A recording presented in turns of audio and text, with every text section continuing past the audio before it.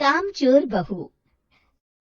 कांता बहन की दो बहुएं थी, बड़ी कल्पना और छोटी प्रिया। कल्पना का जैसा नाम वैसा ही काम। सारा दिन कल्पनाओं में रहती, न कोई काम करती न कोई धाम। अरे कल्पना बहू, जरा अच्छी सी चटनी पीस दे, आज कुछ मजेदार खाने का मन है। पेट में जलन हो जाएगी माँ जी बुढ़ापे में, और वैसे भी मेरा काम करने का वक्त शाम का है, प्रिया को ही बोल दो। इतना कहकर कल्पना वहां से चली जाती है। कांता कल्पना के ऐसे रवैये से काफी परेशान रहती है। मैं बना देती हूँ माँ चटनी, ऐसा बोलकर प्रिया माँ को चटनी बनाकर प्लेट में खाने को देती है कि तभी वहाँ कल्पना आ जाती है। अरे वाह चटनी, जरा चख कर तो देखो, बड़े दिन हो गए। अरे नहीं बहू, तू तो रहने ही दे चटनी खाना, पेट में जलन हो जाएगी।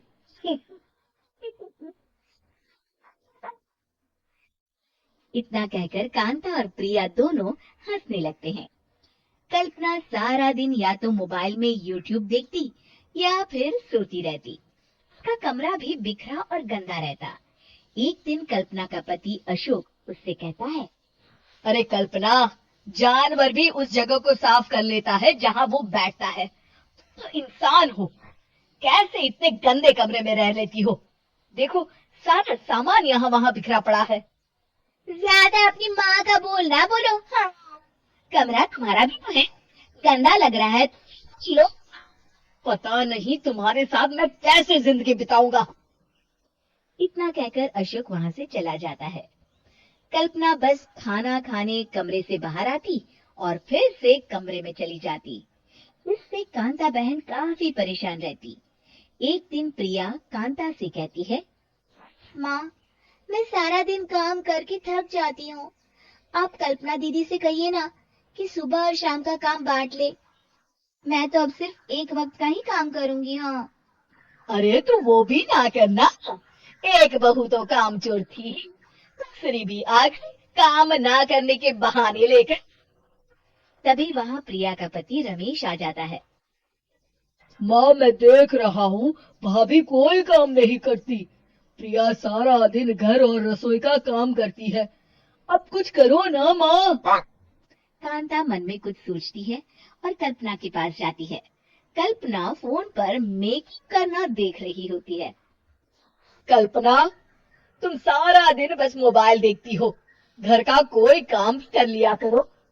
प्रिया सारा दिन काम करके थक जाती है, आज से मैंने फैसला किया है, एक वक्त का काम तुम करोगी, सुबह का खाना तुम बनाओगी और रात का प्रिया। आप लोगों ने काम सुबह बना रखा है, पता नहीं थोड़ा सा ज्यादा काम करने में आप लोग घबरा क्यों जाते हैं।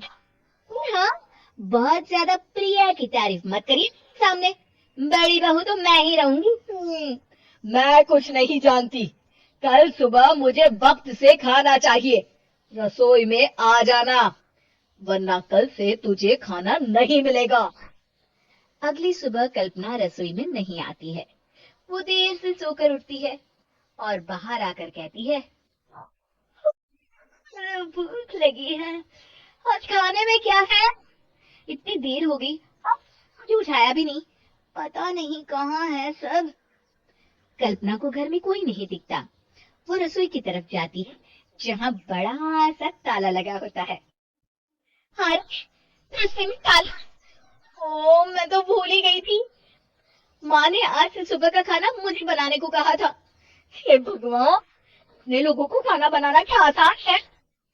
तभी घर के सारे सदस्य बाहर से वापस आते हैं। वाह माँ जी, मजा आ गया चिल्ली भटूरे खाकर। मेरे मुंह में तो अभी भी स्वाद आ रहा है। अरे कल्पना, तेरे भरोसे रहते तो हम तो भूखे ही रह जाते। कल्पना को बहुत गुस्सा आ जाता है। अब आज से मैं अपनी रसोई अलग कर रही हूँ, मैं अपना खाना बना लिया करूंगी। कल्पना अपनी रसोई अलग कर लेती है, पर आए दिन उसका देर से उठना और काम न करने की आदत से वो भूखी ही रह जाती थी।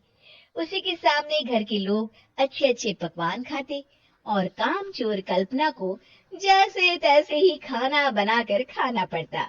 पर एक दिन तो हद ही हो गई। माँ, दीदी आज सुबह से कमरे से बाहर नहीं निकली, हमें जाकर देखना चाहिए।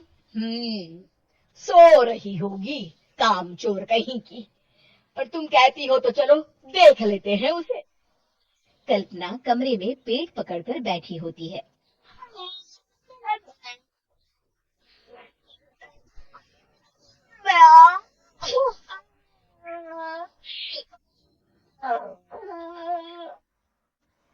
अरे दीदी, क्या हुआ? पेट में दर्द क्यों हो रहा है? डॉक्टर को दिखाया आपने? माँ, कल्पना खड़ी होती है और माँ जी के पास आती है। माफ कर दीजिए, अब से मैं सारे काम में मदद करूंगी, कभी आलस और काम छोड़ करूंगी। हाँ हाँ, वो तो ठीक है, लेकिन अचानक क्या हो गया जो तू काम करने को तैयार हो गई? कामचोर कल्पना। माँ, लगातार बासी और उल्टा पुल्टा खाना खाने के कारण मेरे पेट में इन्फेक्शन हो गया है। काम न करना पड़े कि मैं 2 दिन का खाना एक दिन ही बना लेती थी। बासी और खराब खाना खाने के कारण सीने के देने पड़ गए।